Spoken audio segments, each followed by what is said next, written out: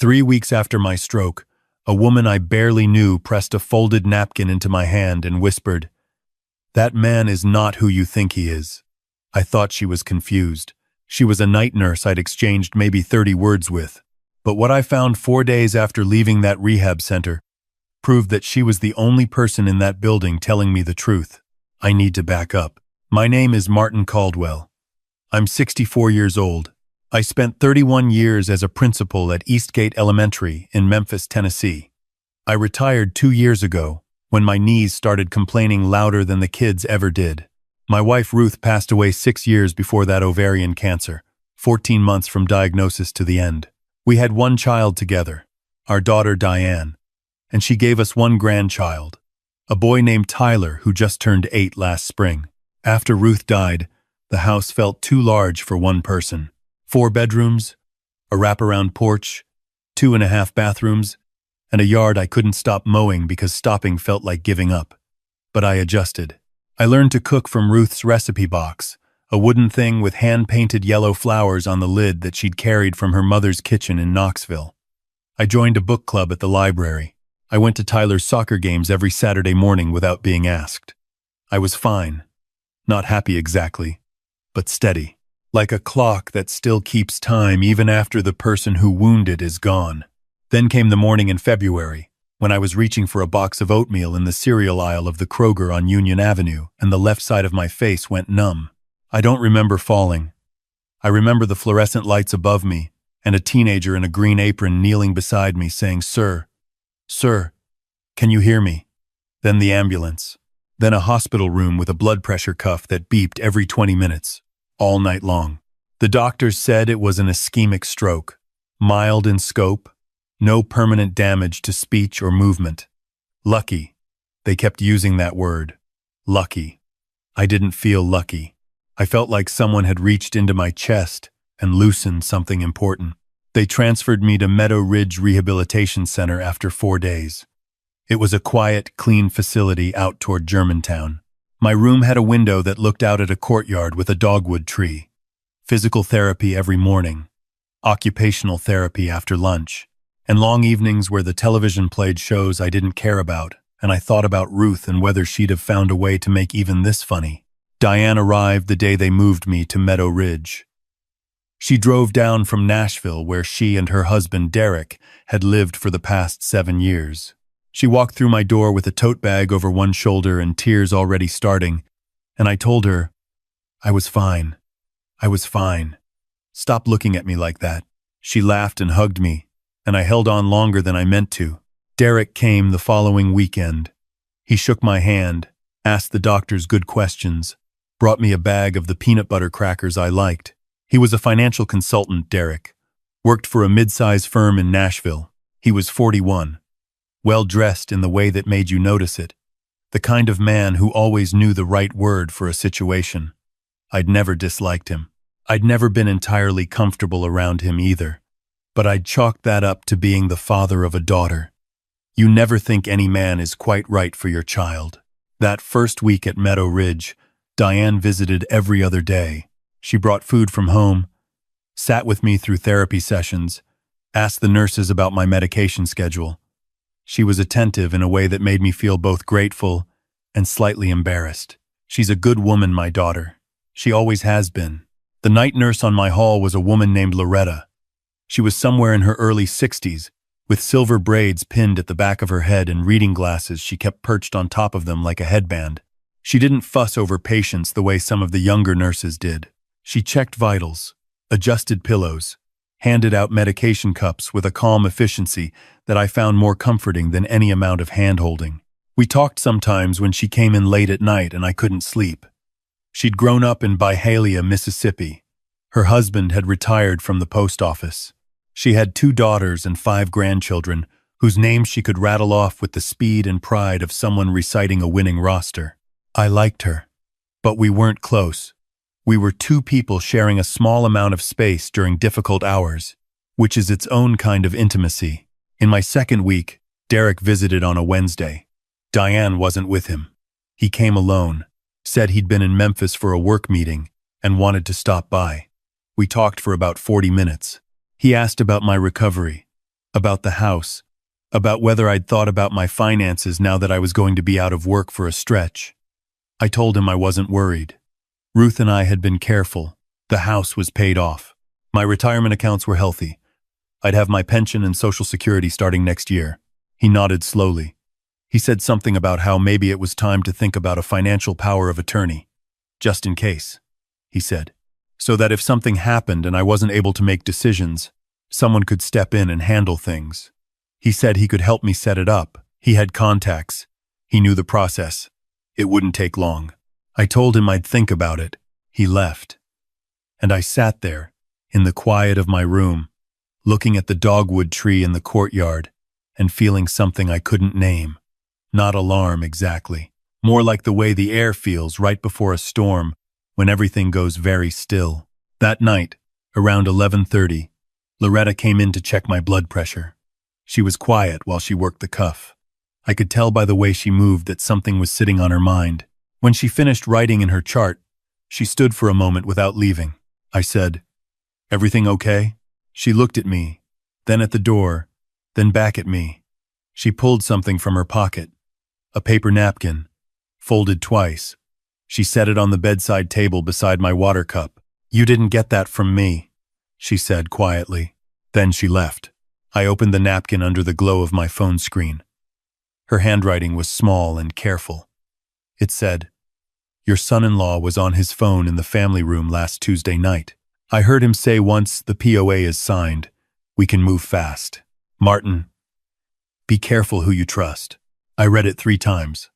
Then I folded it back up and held it in my fist and stared at the ceiling until 2 in the morning. I told myself she'd misheard. Derek was a financial professional. He dealt with language like that every day. Power of attorney was a standard planning tool. There was nothing sinister in those words on their own. He was probably talking to a client.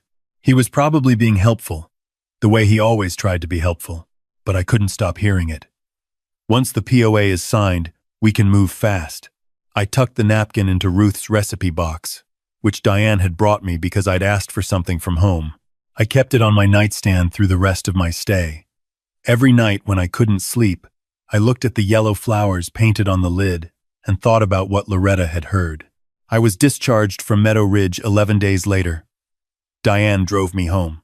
She'd stocked my refrigerator and cleaned the house and set up a little station by my recliner with my blood pressure medication and a printed copy of my therapy exercises. She was staying in the guest room for a few weeks to help me transition, she said. Derek would come on weekends. The first weekend, Derek helped me rearrange some furniture to make moving around the house easier. He was pleasant, useful, cheerful. He grilled steaks on Saturday evening, and we ate on the porch in the cold February air wrapped in old jackets. He talked about Tyler's soccer league, about a project at his firm, about spring coming soon. I watched him across the table and tried to see past the smile to whatever was underneath. On Sunday afternoon, he brought up the power of attorney again. He had paperwork this time, printed, filled in partially, just needing my signature and a notary. He set it on the kitchen table like it was nothing. Said it was for my protection. I told him I wanted to have my own lawyer look it over first. Something crossed his face. It was brief, almost invisible. The way a shadow crosses a room when a cloud moves. Then he smiled and said, "Of course. Absolutely." That was smart. That Tuesday, I called Frank Ogilvy. Frank had been my attorney for 20 years. He'd helped me and Ruth with our wills, handled a property dispute with a neighbor back in 2009, done our estate planning. He was 70, sharp as he'd ever been, and about as subtle as a hammer. I told him about the power of attorney, about Derek, about the napkin. Frank said, "Don't sign a single piece of paper until I see it." He came to the house Thursday morning while Diane was at the grocery store. I showed him Derek's documents. He read them slowly, made notes in his yellow legal pad. When he finished, he took off his glasses. "Martin," he said, "this POA is broader than anything you'd need for standard planning. It covers your financial accounts, your real property, investment decisions, and health care, all under one document, with Derek listed as sole agent." I looked at the papers. Is that unusual?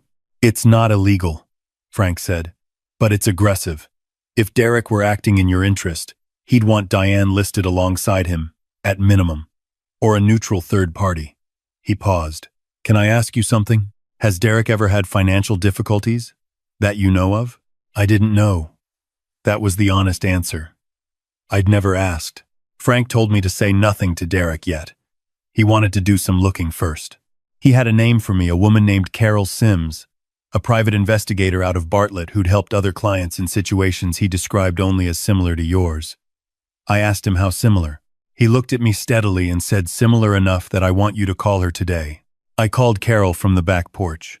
She was direct, professional, unbothered by any of it. She said she'd start with public records, court filings, credit history. She'd be in touch within a week. I went back inside and sat in Ruth's kitchen and looked at the recipe box on the counter. I'd moved it from the nightstand to its usual spot on the shelf above the toaster when I came home. I'd had it for 30 years.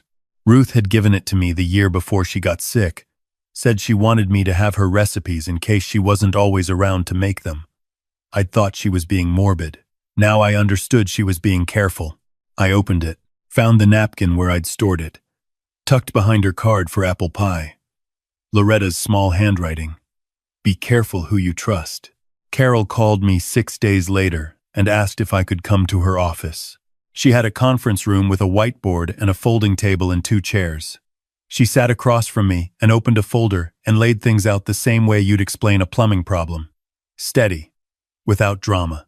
Derek's firm had been the subject of 2 client complaints in the past 3 years, both involving unauthorized transactions. Neither complaint had gone to full arbitration. Both had been settled quietly. He had a judgment against him from 2019 for a personal loan default, $28,000 that had been paid off. She couldn't say how. His personal credit had been in poor shape as recently as 14 months ago and had improved sharply in the last year. Then she showed me something else. A joint savings account at Cumberland Bank opened 8 months ago, under my name and Derek's name. I had no memory of opening it. The balance was $3,200, but according to the account history, it had held as much as $40,000 2 months prior. I said, I didn't open that account. Carol nodded. She said there was more. She spread out copies of 2 checks from my personal checking account, written in my handwriting, or something very close to it. One for $12,000, one for $19,000, both payable to a company called Hale Meridian Consulting, LLC. I'd never heard of Hale Meridian Consulting. I'd never heard of the address listed for it, which was a mailbox store in Franklin, Tennessee. That company, Carol said, was registered in Delaware 8 months ago. The registered agent is Derek James Hale. The room felt smaller. My signature, or something that wanted to be my signature, on checks I'd never written, payable to a company that was Derek's company with a name I didn't recognize. $43,000 gone. That I knew about. Is there more? I asked. She hesitated. I'd recommend you call your bank directly and request a full transaction history for all your accounts. There may be things the records I pulled don't show. I called Sandra Price at First Tennessee Bank from my truck in Carol's parking lot. Sandra had managed my accounts for years. She knew me. She knew Ruth. When I told her what I was looking for, she went quiet for a moment. Then she told me to come in. We sat in her office for 45 minutes. She showed me everything on her screen with a steady professional care that told me she'd been preparing for this conversation since I'd called. 3 accounts touched. My personal checking account, the joint account I hadn't opened, and my home equity line of credit which had been accessed once, 6 weeks ago, for $38,000 total. Just over $91,000. I sat in that chair across from Sandra Price and did not speak for a long time. She waited. She's worked with enough people in grief and shock to know when to let the silence sit. Finally, I said, I need to freeze everything. I've already started the paperwork, she said. I called Frank from the bank parking lot. He told me to say nothing to Diane, nothing to Derek, and to come to his office first thing in the morning. I drove home. Diane was making dinner. The smell of pot roast came from the kitchen, which was one of Ruth's recipes from the box, which Diane had taken out and used because she knew it was my favorite. I sat at the kitchen table and watched my daughter stir a pot on the stove and thought about how much she looked like her mother when she cooked. The tilt of her head, the way she tasted from the spoon and frowned like she was consulting some internal measurement that only she could read. I didn't know if she knew. That was the question that sat in my stomach like a stone. Was my daughter part of this? Was she protecting me, or was she part of what was being done to me? I didn't sleep that night. Frank's office smelled like old books and the same brand of coffee he'd been drinking for 40 years. We sat at his conference table with Carol's file and the bank records and everything laid out in front of us. Frank had made one additional call that morning. He knew a detective in the financial crimes unit at the Memphis Police Department, a man named Raymond Cho, who had agreed to take an initial meeting. Frank said, "Before you talk to Detective Cho, you need to decide something." I told him the truth. I didn't know. She'd been nothing but attentive since my stroke. She'd moved back into her childhood bedroom without complaining. She'd cooked and cleaned and driven me to appointments, but she was also Derek's wife, and I didn't know what happened in the space between them that I couldn't see. Frank nodded. "Then we don't tell her yet." "Not until we know," I agreed, even though it felt like carrying something sharp in my chest. I agreed. Detective Cho was younger than I expected, mid-40s, with the patient eyes of someone who'd learned to let people talk themselves into the truth. He listened to everything I laid out. He reviewed the documents Carol had gathered, the bank records, the checks. He asked about the joint account, about the power of attorney documents Derek had brought to the house, about the timeline. He said the forged signatures alone were enough to open a criminal investigation. The account opened in my name without my knowledge or consent was identity fraud. The checks made out to Derek's shell company were wire fraud at minimum. "Has Derek approached you again about the power of attorney?" he asked. He mentioned it twice. I told him I wanted my lawyer to review it. How did he react? I thought about that shadow crossing his face at the kitchen table. He smiled and said that was smart. Cho made a note. "Mr. Caldwell, I want to suggest something. We have enough to build a case, but court cases are stronger with more. If Derek believes you haven't figured out what he's done, he may try again. And if he tries again while we're watching, we can catch him in the act." I asked what that meant in practice. It meant I needed to act normal. Go home, let Diane cook dinner, be the recovering father-in-law who was still a little foggy from the stroke, let Derek come on the weekend. And when he brought up the power of attorney again, because Cho was confident he would, I needed to seem like I was warming up to the idea. "You're asking me to lie to my daughter," I said. "I'm asking you to protect her," Frank said quietly. "If she's innocent, she's also in danger. Because if Derek is willing to defraud his father-in-law, he's not a safe person to be married to." I went home. I sat in my recliner. I watched the evening news. Diane brought me a cup of tea and sat on the couch and told me about a project she was working on, something for a non-profit she'd been volunteering with. I watched her talk and thought, she doesn't know. The way she talked, the way she looked at me, the particular quality of her kindness, it wasn't the kindness of someone who knew what her husband had done. It was simpler than that. It was just love. I still didn't tell her. Derek came that Saturday. He seemed relaxed, easy. He played in the backyard with Tyler for an hour while I watched from the porch. Seeing Tyler running in circles, shrieking with laughter, chasing a soccer ball across the dead winter grass, that was the moment it fully landed in my chest. Not the $91,000, not the forged checks. Tyler. My grandson was being raised by the man who had stolen from me, who had opened accounts in my name, who was preparing to take more if I signed those papers. And Tyler didn't know.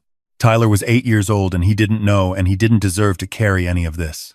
That evening after dinner, Derek offered to help me organize my financial paperwork. He said it might be good to get everything in order while I was still in recovery, while things were fresh. He said he'd brought the power of attorney documents again, just in case I'd had a chance to review them. I said I had. I said Frank had taken a look and thought it was reasonable. I said maybe we could go over it this week. Derek's face did something I can only describe as a brightening. Not happiness exactly. Relief. The kind of relief that comes when a plan that's been delayed finally starts moving.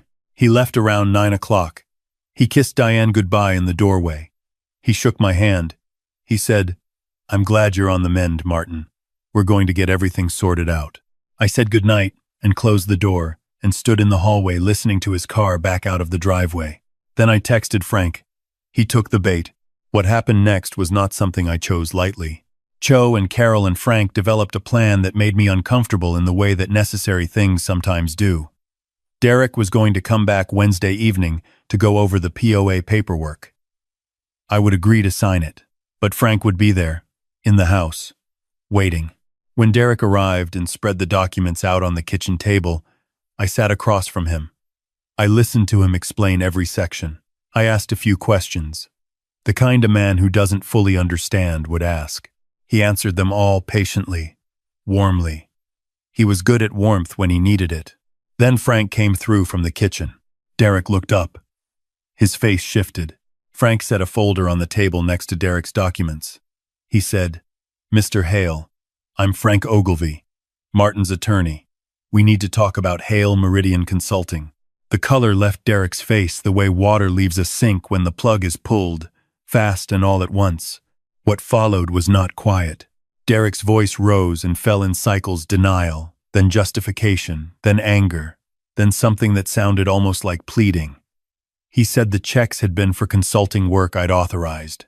He said the joint account was for estate planning. He said I was confused. I'd had a stroke. My memory wasn't reliable. I sat very still. I listened to my son-in-law explain why my own signature on documents I'd never seen was actually my idea. Then Diane appeared in the doorway. She'd been upstairs. She must have heard the voices. She looked at Derek, then at Frank, then at me, then back at the table covered in documents. I watched understanding move across her face like light across water.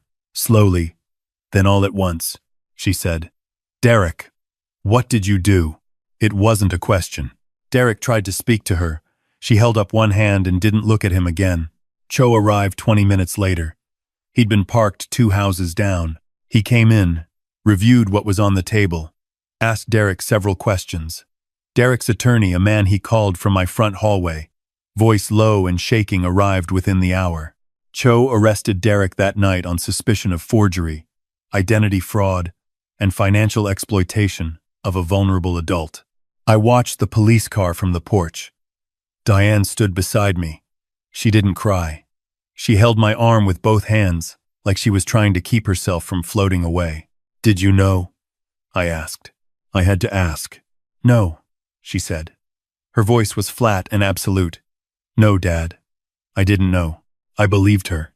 What I found out over the following weeks, through Cho's investigation and the records Carol continued to pull, was that Derek had been carrying a debt problem for almost 3 years.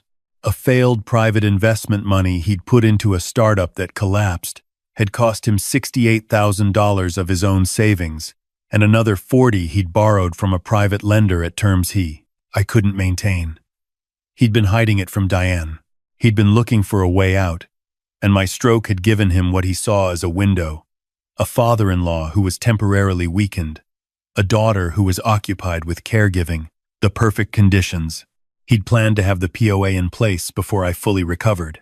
Once that was signed, he could have transferred assets, refinanced my home equity line further, and redirected funds to his company without my direct involvement.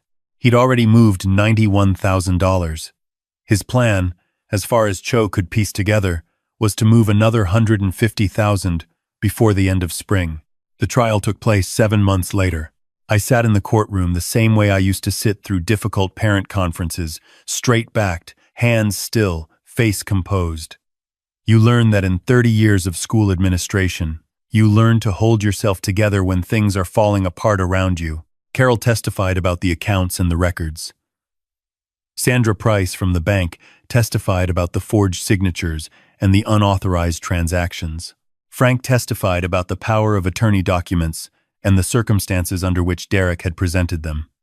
Cho walked the jury through the full arc of the investigation, and Loretta testified about what she'd heard Derek say in the family room at Meadow Ridge Rehabilitation Center on a Tuesday night when he thought no one was listening. She sat in the witness chair with her hands folded in her lap and spoke clearly and without hesitation. She said she'd heard him say, "Once the POA is signed, we can move fast. The old man doesn't have enough left in him to ask questions." She said she'd written it down immediately in her personal notebook because she believed what she'd heard was a warning that needed to be passed along. Derek's attorney tried to suggest she'd misheard, that she was an interested party, that her testimony was unreliable. Loretta looked at him calmly from the stand and said, "I've been a nurse for 38 years. I know the difference between a man venting frustration and a man making a plan. Before you hear the verdict, take a moment. If you were in my position, if your daughter's husband had done this to you, what would you have done? Would you have reported it or tried to handle it quietly for the sake of family? Leave me a comment. I want to know where you're listening from and what you think." The jury deliberated for less than 4 hours. Guilty on all counts: forgery, identity fraud, financial exploitation of a vulnerable adult. The judge sentenced Derek to 9 years in state prison. Diane filed for divorce before sentencing. She moved back to Memphis temporarily, then into a small house about 12 minutes from mine. Tyler changed schools. He asked me once, carefully, the way 8-year-olds ask the hard things, whether his dad was a bad person. I sat with that question for a long time before I answered. I said, "Your dad made some very serious mistakes that hurt people he was supposed to protect. That was wrong. But you don't have to decide who your dad is by what he did.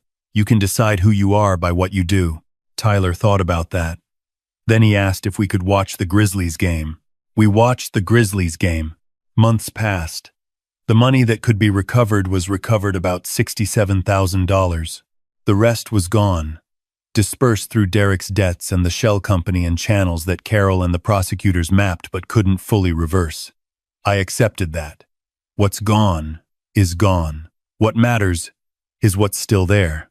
I drove out to Meadow Ridge on a Thursday afternoon in November, about 10 months after I'd been discharged. I brought flowers. Ruth's preference had always been sunflowers, so I brought sunflowers. Loretta was finishing a day shift. She met me in the lobby with those reading glasses perched on top of her silver braids and looked at the flowers and then at me with an expression that was skeptical and pleased in equal measure. I said, "I owe you everything." She said, "You don't owe me anything." I did what any decent person would do. I said I wasn't sure decent people were as common as she thought. She smiled. We sat in the courtyard for a while, out near the dogwood tree that was bare now in November. I told her what had happened. All of it. She listened without interrupting. When I finished, she was quiet for a moment. Then she said, "What are you going to do now?" I told her I'd been thinking about that. I'd been talking to a few people. A social worker I'd connected with through Frank, a woman who ran a seniors advocacy nonprofit out of Cordova. There were more people in situations like mine than most folks realized. Elderly adults whose family members were slowly, quietly helping themselves to everything that had been built over a lifetime. And most of them never said anything, because they were ashamed, or afraid, or because the person doing it was someone they loved and they didn't want to believe it. I said I thought I might be useful. 31 years of talking to people in difficult situations. Maybe I could do something with that. Loretta looked at me the way she'd looked at me through that whole long rehab stay. Steady. Calm, like she already knew what I was going to say before I said it. "Then go do it," she said. I started going to the advocacy group meetings. Then I started speaking at them. I told my story, the same way I've been telling it to you, straightforwardly, without dressing it up or stripping it down. I told people about the napkin, about Loretta's handwriting in the dark, about Frank and Carol and Cho and the long, careful process of gathering truth before speaking it. I told them about the moment Diane appeared in the doorway and understood everything in a second. I told them about Tyler and the Grizzlies game. And every time I finished, someone would come up to me afterward, sometimes crying, sometimes just standing there with that particular stillness of a person who recognizes something they've been trying not to see. They'd tell me about a son who kept asking about the savings account, a daughter-in-law who'd offered to handle the bills, a nephew who'd shown up after 20 years with very sudden concern for an aging uncle's estate. I'd give them Frank's card. I'd give them Carol's card. And I'd tell them what Loretta had told me without knowing she was telling me anything. Be careful who you trust, not because people are mostly bad, but because the people who do this kind of harm are very good at looking like the people who love you. Ruth's recipe box is still on the shelf above my kitchen toaster. I cook from it on Sundays. The same recipes she made when Diane was small: pot roast, an apple pie, and a corn casserole that doesn't look like much but tastes like every good thing I've ever been given. Diane comes for dinner most Sundays now. Tyler comes with her and does his homework at the kitchen table and eats 2 servings of everything and tells me about his soccer games and the books he's reading. He's going to be okay.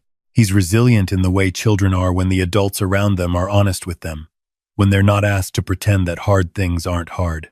The napkin is still in the recipe box, tucked behind Ruth's apple pie card. I kept it there because it seemed like the right place for a piece of paper that changed everything.